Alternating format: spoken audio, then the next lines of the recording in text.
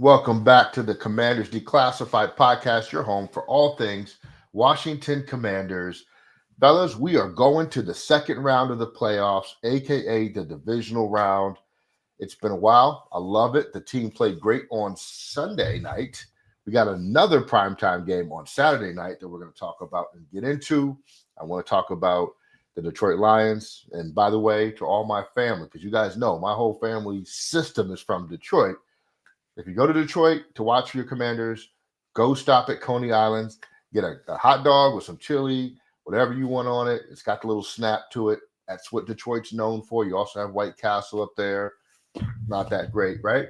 But there are Coney Islands everywhere. There's more Coney Islands than there are McDonald's in Detroit. If you're going around inner city of Detroit, it's been a long time since I've been there. You won't find anything open after 7 o'clock. I don't know if it's still that way. All the Lions fans that are going to catch this podcast, make sure you put in the comments what's going on there, because I know Detroit's had a lot of modernization since I've been there last, but Detroit used to be wild. All right. Anyway, let's dial it back, go back in our time machine to Sunday night, where we beat the Tampa Bay Buccaneers. One of us on this podcast predicted us to win. Not going to say who, but he might be wearing a Jaden Daniels jersey tonight. Eric, what did you think about the game Sunday night? It was not as high scoring as I thought it would be. Great offensive game plan. Going forward on fourth down early on, I was kind of like, what are you doing? But it made sense as the game progressed, just keeping the ball away from that powerful Bucs offense.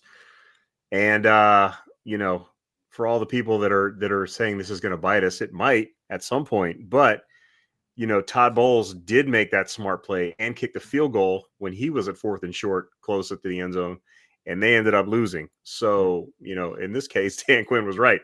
Those decisions are they make and break you. In this case, they made the team, and it resulted in a W. So I'm not going to question any decision making in a W. We've seen it backfire before in that first Philly game. It didn't work out for us, but it's how they've chosen to run this team and how he's chosen to manage the game. And the biggest difference in that game really was coaching. Like, the clock management on Washington's side was so much better than Tampa side that was really ended up being the difference. And, the experienced, battle-tested playoff team was the one that made the mistakes.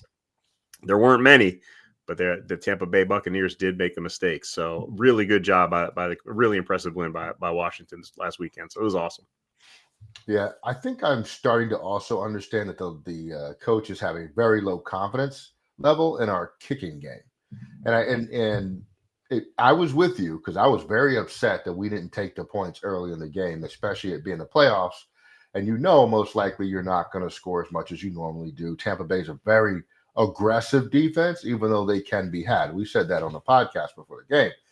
But then I started to realize, man, I think that Quinn is going for this because Zane Gonzalez made the kick that mattered, but he barely made the kick that mattered, right? Like, I don't want to get too far into that because we won a game, but I just think that a lot of this decisioning is based on the fact that there's a little bit of a low confidence level in our kickers. I don't know whatever happened to that dude. But I enjoyed the game through and through. Mike, what'd you think? It was a fun game to watch. Like, as a football fan in general, it was just a fun game to watch. Real quick, I don't understand what are they thinking when they're with the clock management.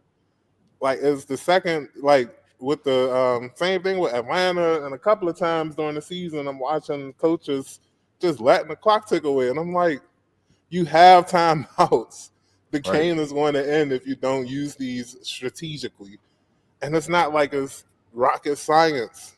Like, just watching football, not even coaching or playing, but just watching football, you understand when to use these timeouts to get the most time possible. It's 40 seconds on the play clock. 40 times 3 is 120. So if it's less than 2 minutes left on the clock or whatever, you should probably start using your timeouts to make sure you have 40 seconds left on the clock or whatever. If you stop them, I know I'm going on a tangent. It really annoys me. I'm sorry, y'all. As far as the game itself, I want to just jump right into this real quick. Lattimore. No, save Like, that. Save that. Save that. oh, Save save that. it, Because save it. I'm Okay, gonna ask save you. it, save I'm, it. I'm, I'm All gonna put right, a pin in that I'm gonna right save there. it. I'm gonna Eric, save it. I want you. Hold on. I'm gonna save it and just end it with. It was a fun game to watch. It was heart pounding, cardiac commanders, all that stuff. Shout out to Zane Gonzalez with the OCD and all that. Like, if you gotta do that to get the doink and to get it in, then hey, it is what it is. That's right. Shout out to Zane Gonzalez and chill out on making fun of Zane with the OCD. He's got a real thing going on. All right, Eric, and this is why I want you to hold on to that, Mike. Eric, I want you to tell me what you're most impressed by in that win and what you're most concerned with from that win. Your joke. Most impressed. I might steal a little bit of your thunder, Ellie, but De'Ami Brown, really good job Yeah. as that receiver.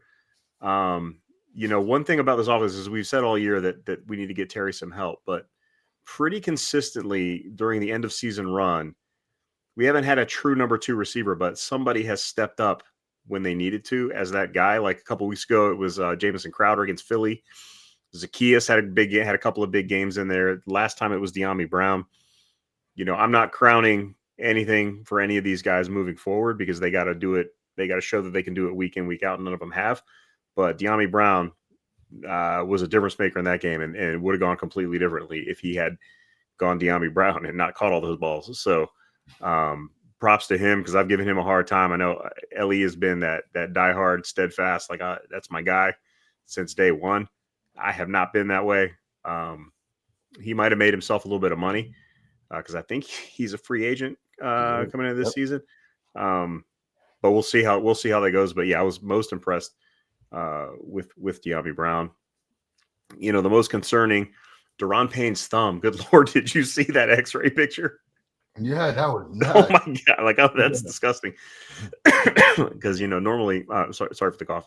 Normally, defensive line runs off holding his finger. You think he's a little bit soft, and then you see that X-ray, and like it's completely detached from the rest of his hand, and you're like, all right, I'm gonna give Daron a pass on that. He was back at practice today, limited, so I think he's gonna be all right. But yeah, I'll save some of the bigger concerns for you guys. Speaking of concerns, I'm going to take us left a little bit. Sam Darnold and his contract, man, he went from, if your contracts are watches, he went from a Richard Milley to a G-Shock watch in terms of what he's going to get this offseason. He was terrible, and he's been terrible 2 weeks in a row. Back to the Commanders. What I'm most impressed with and what I'm most concerned with are the same thing. I'm most impressed with Bobby Wagner's play against the Buccaneers. I thought he was absolutely huge.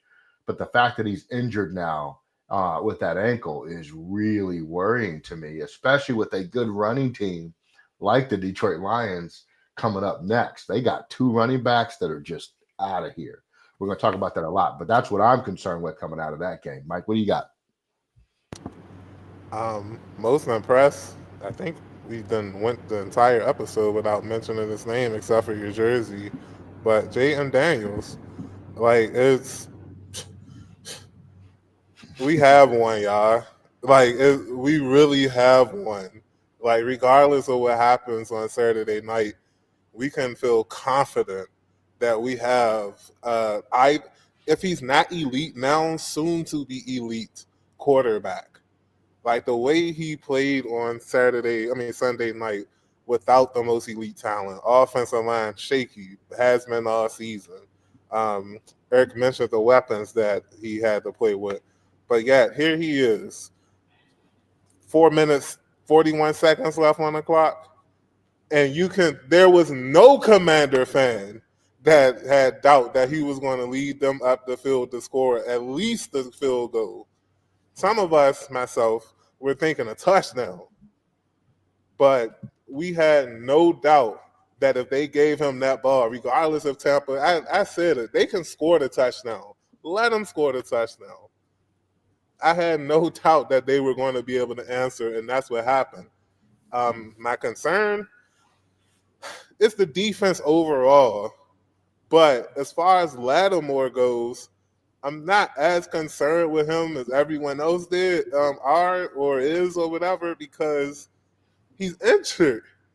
Like it's clear that he's still injured. And I know Evans was cooking him. But come on, man, it's Evans. Like this is Mike Evans we're talking about. But I just want to point out, like, the even with the struggles of Lattimore, especially against AJ Brown and Evans, they won both games. And I feel like the defense looked, well, at least coverage wise, the defense played better overall when he played. Because once they realized, oh, shoot, we can't leave him on the island anymore with Evans, or at least this game, we got to switch it up. I didn't hear much from Evans no more in the game. Like, it's that simple. Like, they switched it up. Now you can say it's because the Bucks didn't have the ball a lot, but even when they did have the ball, it wasn't like Mike Evans went off for the typical 132 touchdown game that he has. Like, Lattimore did enough, even in his injured state. Lattimore did enough, but the defense overall is concerning. Like, with Payne banged up, with Wagner banged up, the Lions have running backs that can run. I mean, the running backs. I'm sorry, a running back. I don't think Montgomery's been cleared yet. So they have a running back that can dice you up inside and outside. And on top of that, they run a lot of cross. Even a healthy Wagner was going to be a struggle with the Lions. So the fact, like Ellie mentioned, the fact that he's banged up, like, I'm very concerned with the defense, but we have hope. All right. So on the broadcast, they talked about how they switched Lattimore off of Evans, and then they doubled Evans. Right. I think that helped with his production or limiting his production in the second half. But I don't know if you noticed, they put Lattimore on McMillan. As soon as that happened, Baker started targeting Lattimore. They were just straight up picking on Lattimore against the Bucks. I hope you're right. I hope it's a health thing and not a He diminishing wounded, skill bro. thing. He's a Hey, I'll wounded. say one thing about Lattimore that maybe got missed, but he made probably the play of the game because he's the one that tackled, I think it was McMillan, like a yard short on that last drive that the Bucks had. He's the one that stopped him a yard short of the first down. They ended up having to kick a field goal on that drive because of the bad snap. So and it was not an easy tackle he had to make. That was an open field tackle that he had to make down. So struggle in coverage, sure. I think Mike Evans got away with a lot of pushing and shoving, but I guess that's just going to happen in the NFL. I mean, that deep shot, I mean, he just basically, I know they said it was a swim move, but Evans 100% initiated the contact with Lattimore, and Lattimore got called for that. Is what it is. I agree with Mike. I think he's not fully healthy. I don't think that's much of an excuse, and hopefully he's a little healthier this week because Detroit's got some receivers that can play too. But yeah, I'm not out on Lattimore by any stretch of the imagination, and he did make a huge play, much like he did against Philly. You know, a lot of people like to say AJ Brown tore him up, but I mean, he made plenty of plays on AJ Brown in that game, and it could have gone differently if he hadn't. So I'm not out on Lattimore at all. Okay. St. Juice got some time in that game too. Yeah, he did. But all right, so let's turn the page. All right, and we're still celebrating our victory, but we got to move on to the next opponent in front of us. We're going to the Motor City, my family's hometown, Detroit, Michigan, to take on the Detroit Lions. And shout out to my father because he's a huge Detroit Lions fan. I'm gonna give him a very hard time on Saturday when we beat the brakes off the Detroit Lions. Same question for you though about the Lions, Eric. What makes you most optimistic about our chances to get to the Lions, and what scares you the most? The most optimistic. Well, the thing that scares me about the Lions is, much like Tampa, much like Philly, they have a lot of weapons, and they can beat you a lot of different ways. And Montgomery may not have been fully cleared yet, but it's very much looking like David Montgomery is going to play as well. Yep. So that's two. That's David Montgomery and Jahmyr Gibbs, which is a phenomenal backfield. They've got an incredible offensive line. You know, they've got Amon-Ra St. Brown and Jameson Williams at wide receiver making big play after big play after big play. They've got Sam Laporta, who's a fantastic tight end, and a quarterback who knows how to get all those guys the ball, and an offensive coordinator who knows how to scheme that up. So that's very concerning to me.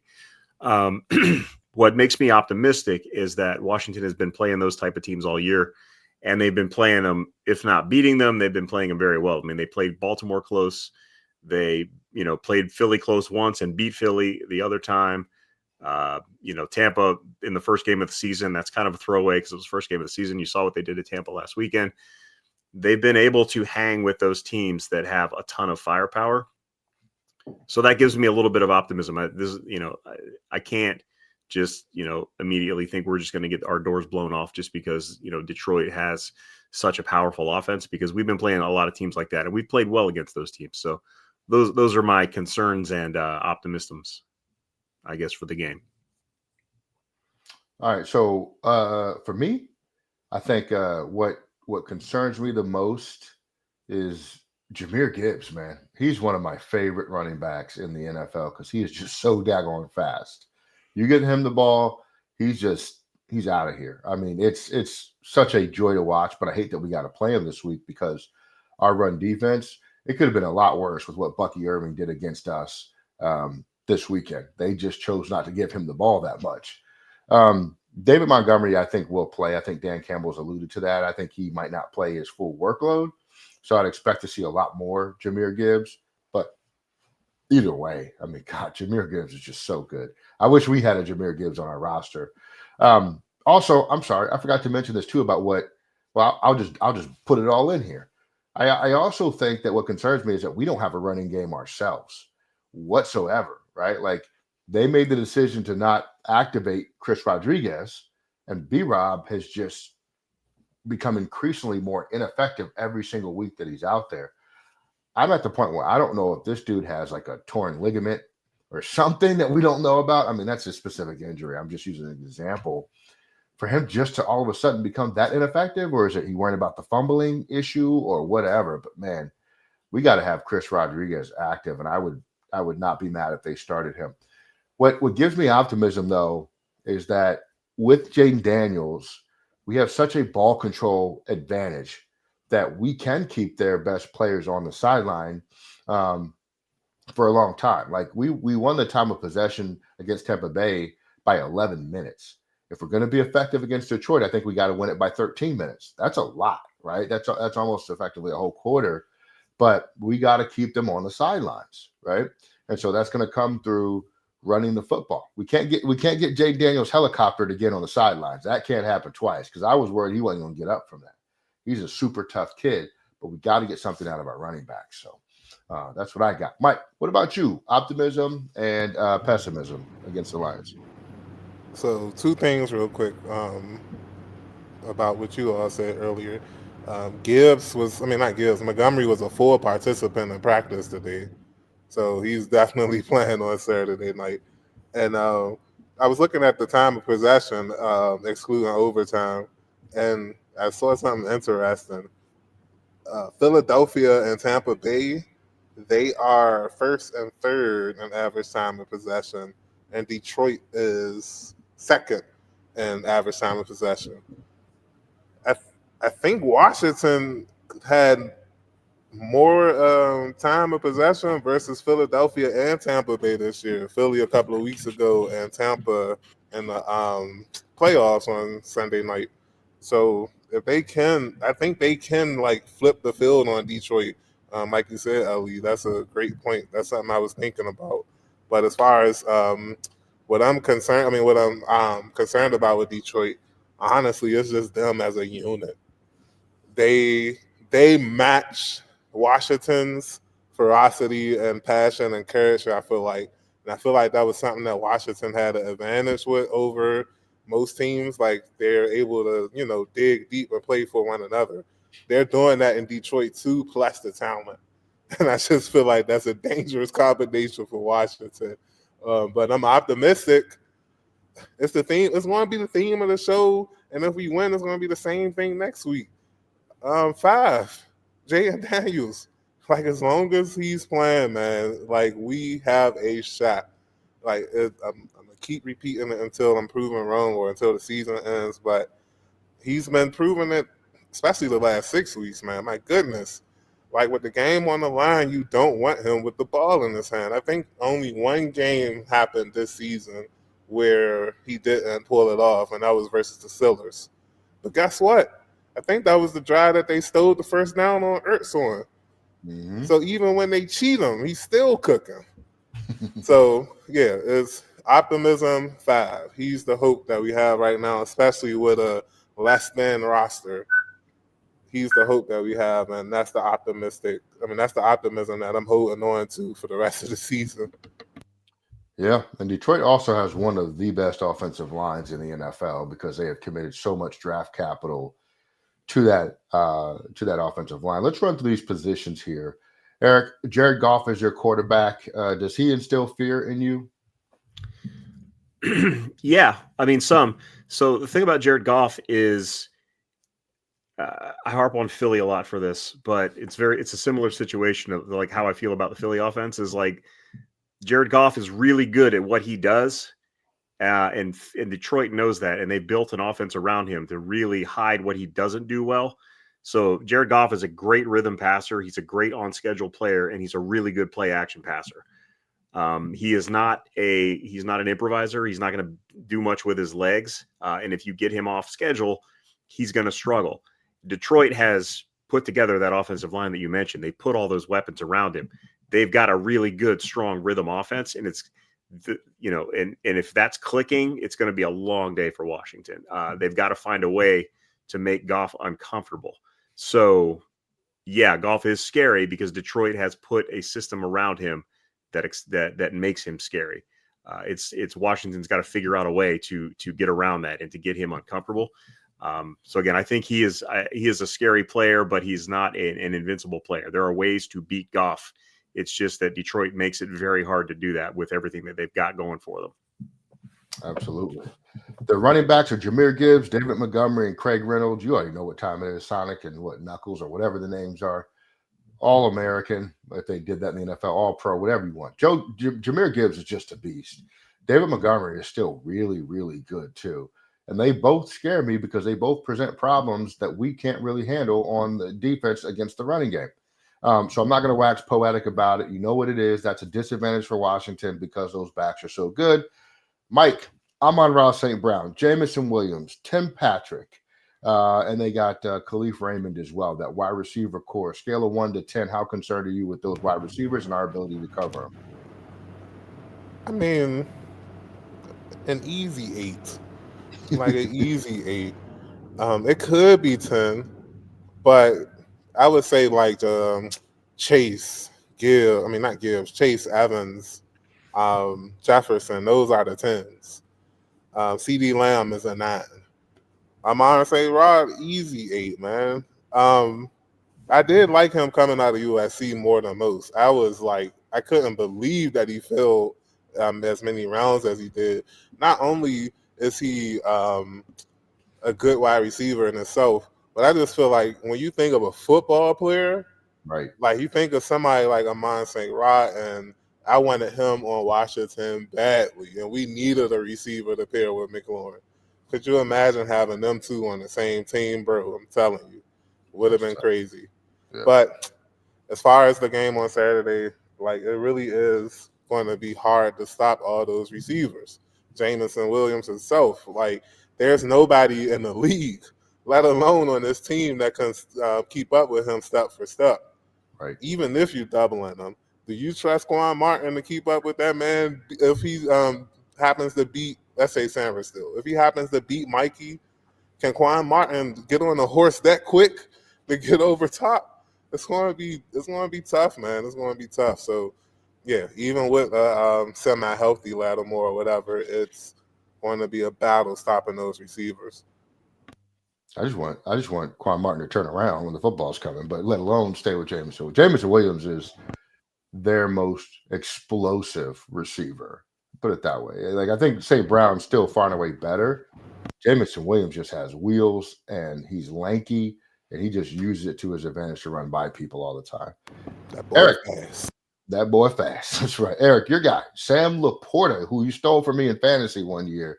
That dude, his rookie year was a beast. I think he dealt with a little bit of injuries this year, but he's still a very, very good tight end. What do you think about this guy? Well, first of all, you willingly traded him to me. As a matter of fact, you made the offer. So there's a little bit of revisionist history going on there. That said, I mean, he's top 5 tight end in the NFL. He's still an excellent player. And he's a good tight end is one of those guys that like you just kind of forget is there because you've got all that other stuff going around. But if you lock down everybody else, you still got to find a way to contend with Sam Laporta, and he can kill you. And he's killed many teams over the past 2 years that he's been in the NFL. So yeah, Sam Laporta is quite terrifying. He's a major weapon for them. Definitely. He is a monster. Okay, so and their offensive line is Taylor Decker, Graham Glasgow, Frank Ragnow, Kevin Zeitler, and Panay Sewell. I mean, you tell me who's a weak link on that offensive line. I'll tell you they don't exist. But all right, defensively, they're a 4-3 defense. There's a Darius Smith and Joe Paschal are their ends. Of course, their primetime player. I want to say Adam Carricker, but it's not Adam Carricker. What's his Aiden name? Hutchinson. Aiden Hutchinson. Yes, that boy is good, but he's out for the year with an injury. Their defensive tackles are Levi Onwuzurike and DJ Reader.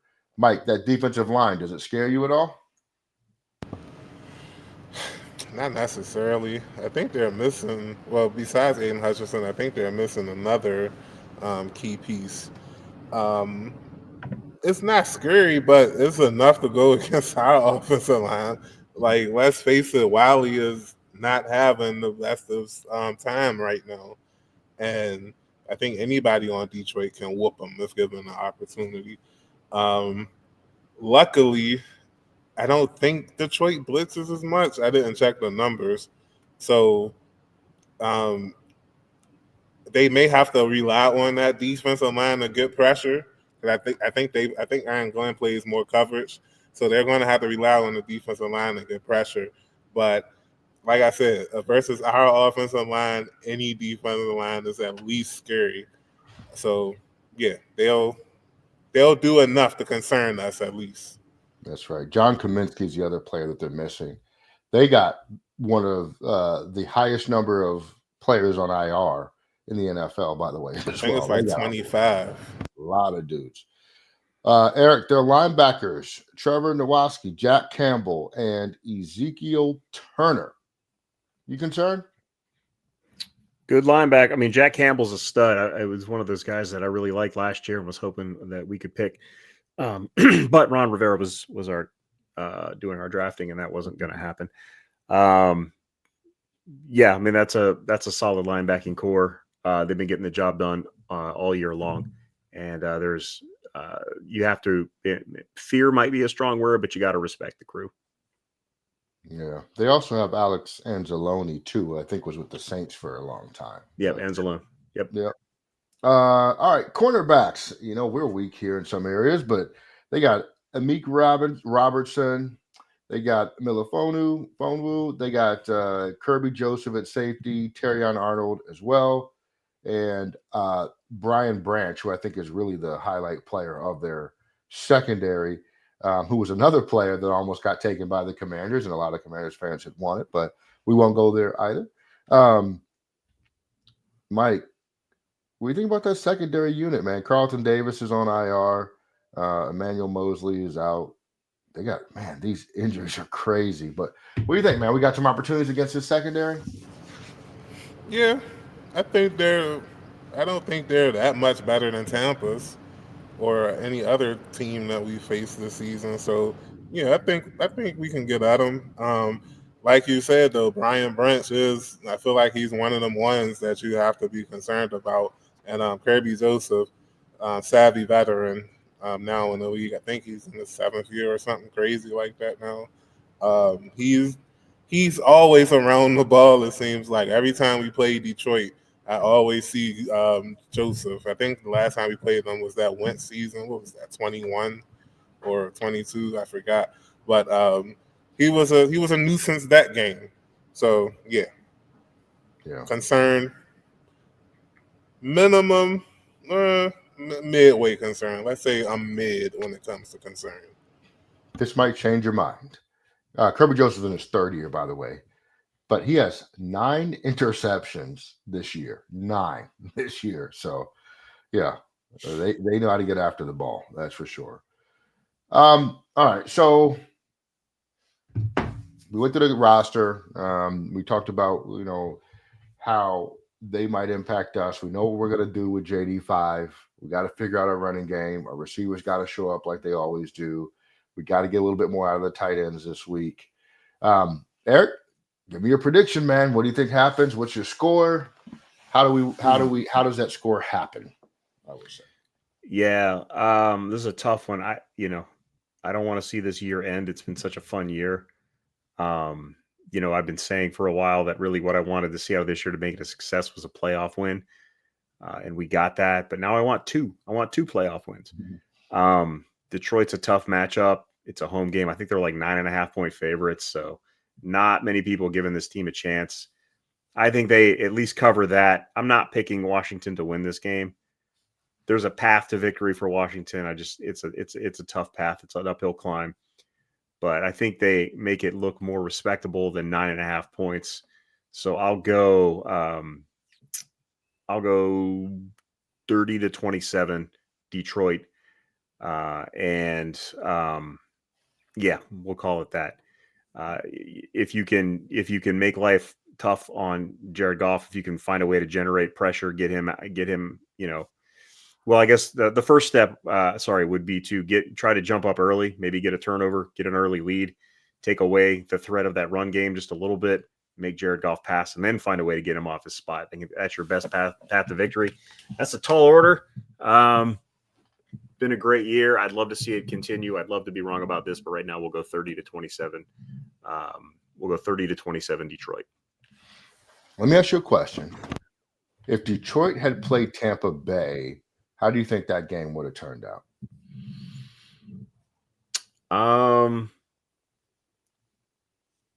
I think Detroit would have won. Tampa's run defense is up to the task, to handle that running game. Probably would have been, one of those 31-24 type games. I think, Tampa Bay has enough weapons, and, with Detroit's injuries, there could have been some fireworks in that one. So it would have been a high scoring game, but I think Detroit takes that game too. Okay. So you really don't believe we have a chance. Okay. I hear what you're saying.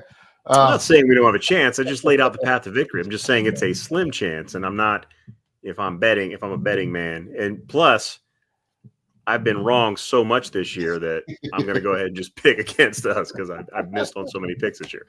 So there's that too. Word. I hear you, man. Mike, your prediction, what's your scenario with how this game turns out? I want to believe, but I just can't, man. And everybody get mad at me when I pick us to lose. Like I'm like, it's a prediction. Like once the game starts, I'm just as invested in the game as you are. But I digress. I just feel like I said last week, and I'm probably going to be wrong again, but whatever. The Lions are the more talented team. They're the more together team. They're playing at home. They're hungry. I just feel like they might just want it just as much as we do, and they're more talented. And honestly, it's that simple. But if you want a little bit more information, I just feel like Goff will tear our secondary up. If he picks on Lattimore like Mayfield did, hey, it is what it is. But I just feel like we're not going to be able to generate enough pressure on Goff. They will be able to run the ball the way they want to. And I'm not saying it's going to get ugly because I trust our offense to keep up with them. Rather it's point for point or holding the ball for extended long drives. But at the end of the day, I just feel like Detroit might got something special going on, and they get us up out of there. Man, I'm going to say 38-26. I don't like how y'all thinking today. Now, look, if this was outside and this was in DC or Maryland, however you want to be, Jared Goff outside in the cold is a different player than Jared Goff in warm weather or Jared Goff indoors. I would have no issue picking the Commanders if this was at FedEx Field or it's not or Northwest Stadium.